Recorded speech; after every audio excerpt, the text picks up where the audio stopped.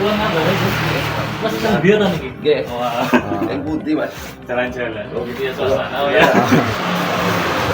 Karena sama apa niku? Wah, nembok satu. Suasana cerah. Jawa nih. Uben enggak hujan. Alam.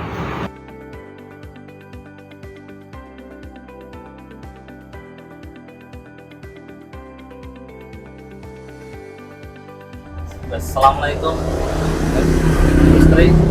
Ya selalu ya. Waalaikumsalam. Alhamdulillah sehat walafiat, Mas Faza. Hari ulang tahun ini selamat barakallah fi umri ini Pak. Nggih, atur sembah nuwun doa-doanipun. Berarti santai sambil ngopi-ngopi ini. Nggih, ya. Harus ngopi, Mas. Ini Gus mau tanya ini soal kaitannya dengan apa itu siklus ya kehidupan ya saat ini di tengah situasi seperti ini ya yang kadang kita kan harus banyak adaptasi itu. Ini kedah pripun nih Gus untuk kaitannya dengan adaptasi ini dan kita suasananya seperti ini. Adaptasi itu memang diwajibkan. Baik itu hewan maupun manusia, karena itu kodrat manusia itu harus bisa beradaptasi terhadap lingkungan yang didiami ataupun yang ditinggali. Mau contohnya gini, kita di desa ke kota ya kita berubah karena sistem kehidupan di wilayah setiap daerah itu tetap berbeda cara kehidupannya, cara bermasyarakatnya juga beda. Makanya kita mengenal adaptasi lingkungan. Salah satu dari bentuk hablu minalil alamin, bagaimana hubungan kamu dengan alam semesta ini. Nah, di alam semesta itu ada apa saja ya, ada makhluk yang tidak terlihat maupun terlihat. Contohnya di tanah, nah itu ada cacing, ada apapun, itu kan termasuk makhluk yang tidak terlihat tapi bisa dilihat. Belum makhluk yang diciptakan lain, misalnya ya makhluk-makhluk tak kasat mata. Saja kita harus bisa beradaptasi. Tapi sebenarnya siklus ini memang udah hukum alam apa gimana Pak? Kan ada yang bilang katanya juga ini karena setiap individu manusia akhirnya alam seperti ini. Apa memang udah hukum alam? Ya hukum alam itu kan. Hukum alam itu kan tetap alam itu akan merecovery dirinya atau meremajakan diri. Dan makanya dibentuk sebuah gerakan lempeng bumi, gerakan ya apapun bentuknya, itu ilmu geologi kalau yang mempelajari tentang, makanya itu kita ambil hikmahnya bahwasanya bumi itu baru merecovery diri ya. Misalnya curah hujan di berbagai tempat wilayah Nusantara ini tinggi, anggap saja itu tanah-tanah yang kering mungkin disirami biar menumbuhkan pepohonan yang nanti bermanfaat bagi manusia. Misalnya ada pergerakan bumi, mungkin tata letaknya kurang pas atau kurang baik bagi manusia, Tuhan mungkin punya mekanisme tersendiri di mana baiknya bumi itu diciptakan bagi kelangsungan kehidupan manusia setelah kita, generasi yang selanjutnya. Itu aja. Jadi memang proses itu bagian dari proses keseimbangan itu. Iya, itu dunia tetap diciptakan dengan cara seimbang. Tanpa keseimbangan pasti udah kiamat. Menurut saya, logika saya. Logika kita ya. Iya. Sebenarnya hampir kayak tubuh ya Pak. Ya. Ketika kita mengalami suatu demam itu salah satu bentuk antibodi. Iya, itu salah satu antibodi bawaan kita lahir itu sebenarnya tubuh manusia mempunyai antibodi. Cuman kita kadang-kala sudah takut dulu dengan penyakit. Nah, harusnya kita berani melawan penyakit, otomatis memancing kekuatan antibodi kita untuk melawan virus ataupun apapun yang masuk ke dalam tubuh kita yang notabene akan merusak jaringan tubuh kita. Ya. Terus kayak tadi ya Pak Gustri sampaikan bahwa obat sakit ya ketika manusia itu sakit itu adalah dalam jiwanya, dalam dirinya. Iya, sebenarnya Tuhan itu sudah menciptakan dalam tubuh manusia itu antibodi dari berbagai penyakit. Cuman sama Tuhan juga diciptakan pemantik untuk memancing keluarnya antibodi itu.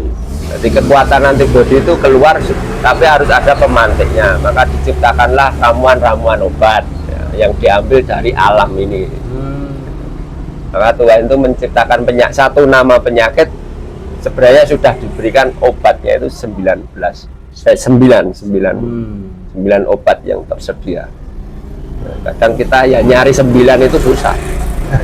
Karena belum ketemu. Kalau sudah ketemu, oh iki. Sudah ada obatnya ya, Pak? Ya, sudah ada obat. Salah satu contoh mungkin kalau kita bisa melihat ini ya, di dalam tubuh kita kan gatal-gatal itu ya. Itu pasti ada, itu kan dalam proses itu akhirnya gatal itu kering akhirnya ganti kulit. Itu juga proses itu ya? Ya, itu salah satu recovery kulit itu tadi. Karena manusia itu tetap akan meremajakan diri.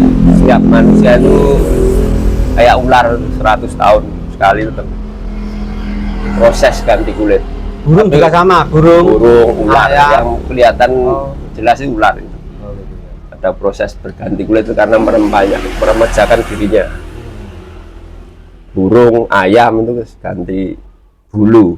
Itu apa dari salah satu dari welas asihnya Gusti Allah? Dunia ini tercipta ya karena welas asih. Jadi ilmu tertingginya itu ya tetap cinta kasih dan welas asih Tuhan pada kita dan semua makhluk yang diciptakan. Tanpa welas asih Tuhan tidak mungkin dunia ini tercipta.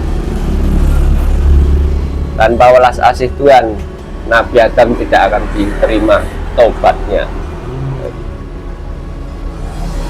Dan banyak peristiwa itu juga bagian dari hikmah welas asihnya Gusti Allah, juga bagian dari pelajaran-pelajaran kehidupan untuk kita sendiri ya, untuk proses dalam hal proses perbaikan diri, adaptasi diri, bagaimana kita proses bertumbuh berkembang yang baik itu ya.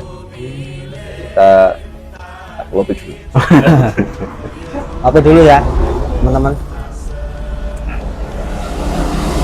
Memang kita bicara soal kehidupan memang tidak bisa sebentar ya. Kita banyak yang kita urai, banyak waktu yang kita urai, tapi mesti ada manfaatnya pasti teman-teman. Ya, makanya ada pasti semua itu ada hikmah kalau kita mau mempelajari dari setiap kejadian, dari setiap yang terjadi. Contohnya, kenapa bisa terjadi ada bumi? Kenapa Tuhan menciptakan manusia? Kenapa tidak menciptakan makhluk satu saja? Kenapa? Karena itu kan salah satu kita memancing diri kita untuk mempelajari, menambah kecintaan kita kepada Tuhan. Kenapa menciptakan semua makhluk yang begitu banyaknya? Ya, dan gitu. Contohnya, dunia ini tercipta selama 7 hari. Harus dipelajari itu sebenarnya kata angka 7. Angka 7 kok semua itu melibatkan angka 7 di. Kenapa setiap proses kehidupan ada 7 hari? 7 lapis langit gitu. Nah, kenapa disebut 7 lapis langit? Kenapa Tuhan menciptakan langit Sabtu adalah langit lapis 7, bumi Sabtu ya, bumi lapisnya 7 ya. Kan tertera dalam Quran kan kayak gitu. Kenapa kok nggak lapis 19 Ya. kan? 7 ya. Kenapa 7? Ya. Kebetulan saya bertanya belum ada jawaban. Lagi nyari sumbernya. Yang jelas di dalam hikayatnya kan Tuhan menciptakan langit itu langit, bumi dan beserta alam semesta itu selama 7 hari. Ya, cintanya Allah, nur Allah sama Nur Muhammad tercipta bentuk gesekannya, akhirnya gesekan makanya jadi welas asih. Cinta Tuhan kepada Nur Muhammad akhirnya berkembang menjadi alam semesta ini. Memang luar biasanya Gusti Allah itu sendiri kan ngajak kita untuk berdialektika ya. Ngajak kita berpikir ya. Ya, Sedikit kita ngajak kita untuk sedikit gojekan untuk guyonan humor juga ya, ada Intinya kita mengisi kekosongan dalam satu obrolan, kekosongan dalam suasana kita ngopi bareng ini kan. Kita membahas sesuatu yang agak jauh, walaupun entah itu nanti banyak yang menyalahkan atau mentertawai, ben. Tuhan menciptakan mulut kan untuk bicara. Iya. Ya kita gunakan untuk bicara. Iya, betul. Semampu kita berbicara. Semampu ya. Ya. Tapi apa yang yang kita tahu, apa yang kita pikir, sampaikan, enggak apa. Tapi ada yang menarik, Gus. Ya. Yang kemarin Gus Tri bilang ini bebas untuk menemukan, kalau kita menemukan ke Torikot itu apa? Kemarin bisa dijelaskan. Jalan Makrifat itu ya.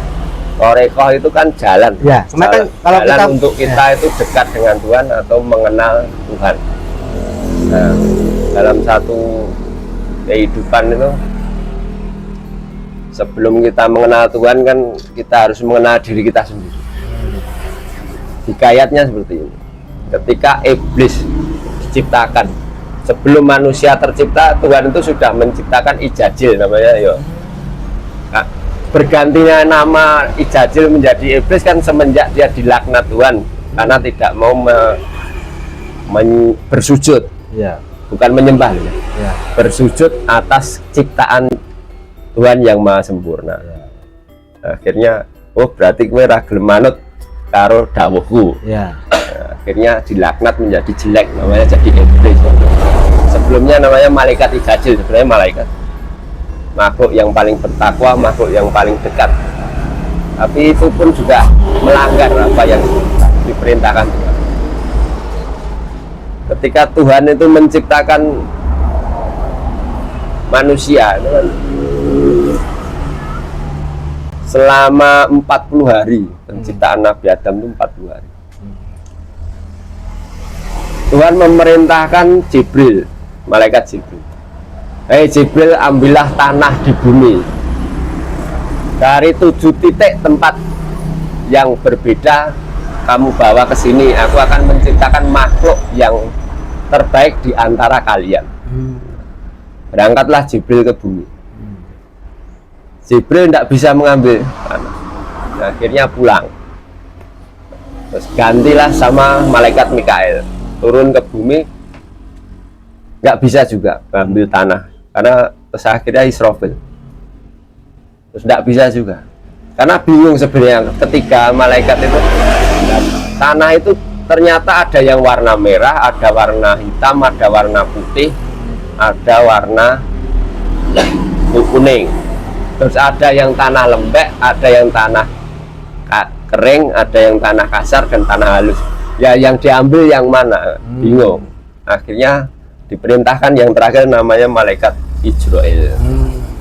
Nah, diambillah dari 7 bentuk tanah dan dari berbagai tempat di bumi tersebut. Akhirnya dibawa kepada Tuhan.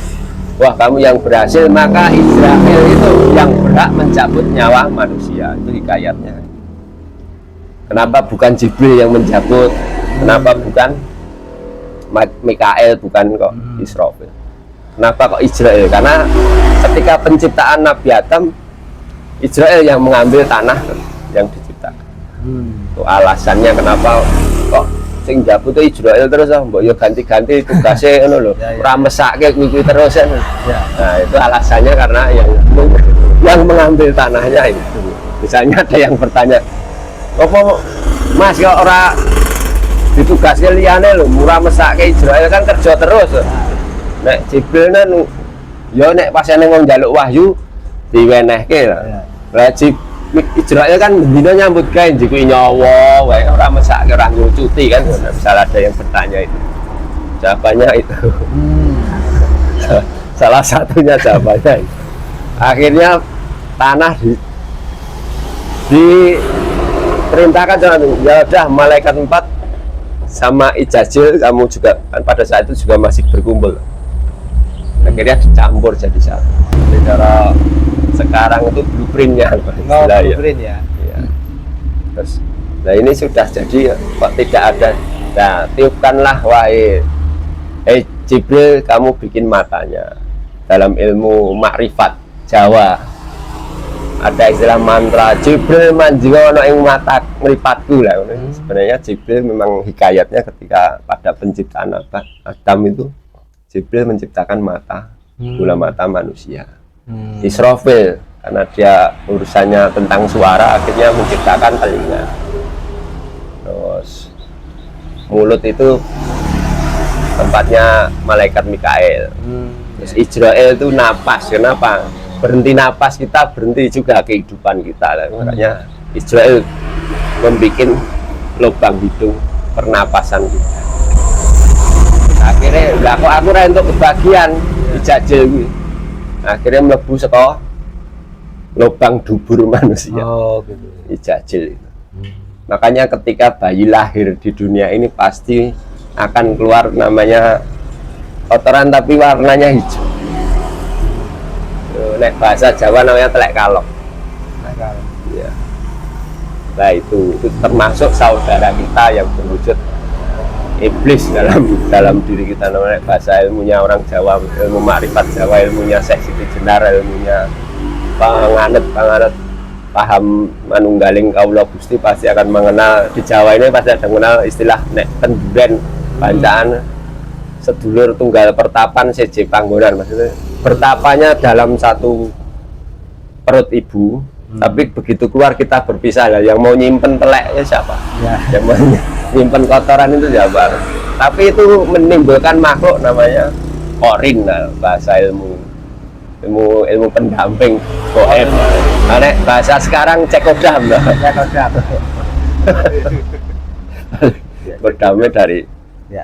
terciptanya itu, karena itu jin korin, ciptanya jin korin. Ya. Terus ketika Ijajil masuk melalui, akhirnya dia melihat dunia yang seperti beliau lihat sama di dalam tubuh manusia ternyata kok sama. Makanya di dalam rumus Triloka atau ilmu Jawa gitulah,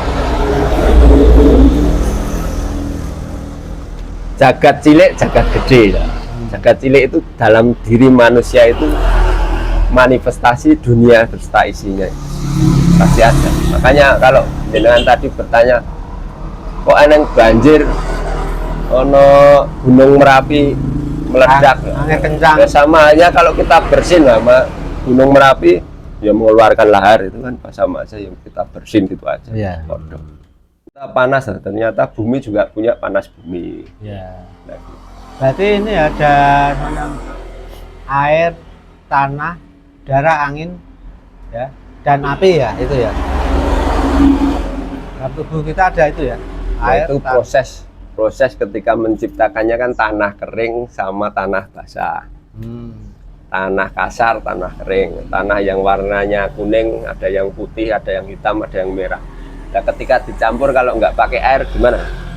Nah, makanya kita pasti punya, ketika air itu ada recovery pembersihan, yuk kita pasti mengeluarkan sesuatu namanya ilmu Jawa namanya sesukar. Telinga mengeluarkan kotoran, nek basa Jawane kopok. Nah, terus kita mengeluarkan lendir di hidung, kita mengeluarkan lendir dari mulut namanya dahak, di hidung namanya yes we mau umbel cara Jawa. Ingus nek bahasa Indonesia kan gitu. Ya itu kan pasti dari setiap lubang itu mengeluarkan kotoran ya. Ketika memang kita kembalikan pada hikayatnya ketika kita diciptakan. Akhirnya Tuhan meniupkan roh untuk menyempurnakan ketika Israfil, Israel, malaikat Mikael, Jibril, semuanya itu menciptakan organ tubuh dan indera-indera yang ada dalam tubuh kita. Akhirnya apa? Dalam kolbu jantung manusia itu ada satu tempat yang ada salah satu istananya Tuhan yang ada di dalam tubuh manusia. Ketika Ijajil masuk melalui dubur manusia, Ijajil mau masuk ke ruang yang namanya kolbu manusia itu sebenarnya tidak bisa. Akhirnya keluar cerita sama malaikat, ada satu tempat yang saya tidak bisa masuk. Tuhan, akhirnya si Ijazil tanya, Tuhan, gimana cara memasukkan saya ke ruang yang di dalam tubuh Adam itu yang tidak bisa masuk? Itu ruangan dariku. Berarti nah istilah Jawa itu nur suci sing manjing sakjroning telenging kolbu. Itu kan roh Tuhan ataupun nur Allah yang ada dalam diri manusia. Iblis tidak bisa menjangkau itu. Kalau itu dihidupkan otomatis ya iblis itu. Itu semacam protek ya Gus ya? Ya, proteksi diri manusia yang harus dikembangkan itu apa? Makanya istilahnya manusia Jawa mengajarkan kayak mbahku, mbak bapakku, mbah-mbahku biyen uripno urip, Pak. Uripno urip ya. Ya. Lah ketika saya belum paham kata itu kan, lah aku wis urip kok cek kon nguripe lah nguripe apa gitu. Nah, akhirnya semakin hari mencari lah urip apa. Akhirnya bertemu sama orang yang lebih paham. Aku kon mbahku kon nguripe ki ya urip sing piye sing diuripke lah. Ternyata ada kekuatan dalam diri kamu yang harus dihidupkan. Apa toh? Ketika kamu senantiasa ingat pada salah satu ayat di surat Al-A'raf ada menyebutkan agungno asmaku kanthi swara kang konjem rina kelawan mengimu apa kang mbok jaluk bakal tak wenehi. Salah satu di surat Al-A'raf. Artinya gitu aja. Bahasa Arab kok enggak keliru soalnya saya lagi pilek tadi. Akhirnya nah, berarti apa cara menghidupnya ya kita harus berpikir lah. Nah, pikir untuk mengingat Allah apa asmaku lah. Berarti ya nada toh. Asmaul Husna sebut aja nama-nama Allah, asma-asma ya sifat-sifatnya dari 99 Itu ya. Asmaul Husna. Sudah itu saja pertama kalinya harus menghidupkan itu. Setelah kita meyakini, oh ya, saya hidup ada yang menciptakan. Saya hidup ada yang berkehendak atas segala suatu perbuatan saya. Dalam satu keinginan saya harus sesuai dengan ridho dari dia, dari beliaunya, dari yang sang maha meridhoi, sang maha menyayangi kita, yang maha mengasihi, yang maha memaafkan. Jika Allah berkehendak ya maka apa yang kita minta ya. Kalau tidak dikehendaki Allah berarti itu tidak baik sama kita. Orang kabul ya wes ganti penjaluk liyane. Mungkin terlalu tinggi permintaan saya. Dan itu mungkin tidak sesuai dengan takdir saya kan. Itu ada ayat juga ya. Kaitannya apa yang kamu minta belum tentu baik untuk kamu. Ya, itu ada lanjutannya. Mana? Itu masuknya hadis. Hadis ya. Jangan pernah menyalahkan Tuhan ketika tidak menuruti apa yang kamu mau. Bisa jadi itu memang tidak baik untuk dirimu. Karena Tuhan maha mengetahui dan maha menyayangi kan. Berarti Tuhan mengarahkan misalnya saya ya Allah jadikan saya presiden. Ya ora mungkin wong kowe ra daftar. Ora dicalonke kok. Gitu. Ya ora mungkin dikabulke to, Pak. Ora baik buat dirimu. Sesuai porsinya. Ya sesuai porsinya. Takdirnya ora dadi presiden kok njaluk dadi presiden. Ya Allah, jadikanlah saya dokter. Lah kowe sekolah dokter ora? Ya. Harus melewati jalan. Iya. Hanya ada istilah toreko. Torekot jalan. Ya, toreko itu artinya jalan. Kalau dalam dunia agama kan toreko untuk mendekatkan nanti jalan di mana kalbu kamu akan mendekat pada sang pemilik singgasananya kan gitu. Nah, nek jalan di kehidupan raga ya wis. Nek pengen jadi dokter ya sekolah dokter lah gitu. Dalane kuwi. Ora sekolah dokter pengen jadi dokter ya pakai ungguk merindukan ini Gus, aku menarik sama panjenengan Gus. Jenengan kok iso bedarke ya banyak pengalaman, bisa ceritakan kisahnya ini Gus tentang pelajaran hidup ini kok bisa sampai ini. Para sepuh apa kabarnya juga Gusti juga sering sowan para kiai-kiai sepuh. ya sering intinya Dulu ya minta nasihat. Yang pertama itu minta nasihat. Boleh tahu Bu, salah satunya siapa Gus? Biasanya yang saya temui bukan di pondok saja. Iya. Pas beliau lagi lelaku lah kebetulan itu aslinya termasuk bejoku kayak itu. Iya, iya. Batin saya merasa, kan pernah didhawuhi sama bapak saya, lamun awakmu nyawang wong krasa atimu geter lan kowe ngrasa awakmu teduh, kuwi berarti wong kuwi duweni keluwihan sing diwenehke Gusti Allah nyang dheweke. Nah, njaluk donga lan apa wae sing, nah, itu dawuhe bapak lah. Itu setiap saya ketemu wong tak rasake wah nyawang hatiku rasa tentrem. Ya. Ya akhirnya saya ngobrol-ngobrol gitu ya, akhirnya enggak langsung saya mbah aku njaluk iki kuwi menungso. Kok sengeni nak.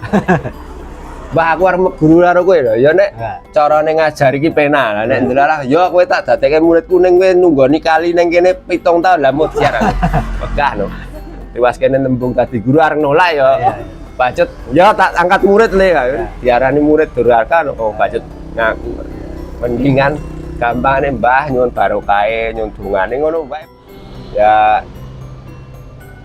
kita kan punya bibir dan ada lidah ya untuk berbicara, ya semampu kita untuk berbicara maupun apa yang kita obrolkan, apa yang kita sharingkan. Terlepas itu benar dan tidaknya walau balap. Yang penting kita menyampaikan apa yang kita ketahui saja. Mampu kita segitu ya sudah. Masalah mau ada yang menilai salah benar itu hak mereka. Semua sudut pandang semuanya. Nah, semua punya sudut pandang masing-masing. Iya. Jangan pernah merasa diri kita benar, itu saja. Jadi intinya kita menyampaikan apa yang kita tahu. Barangkali ada yang mau membenarkan, alhamdulillah. Mau menyalahkan, yo monggo. Berarti kita harus introspeksi diri lagi untuk selalu tambah belajar lagi ke depannya.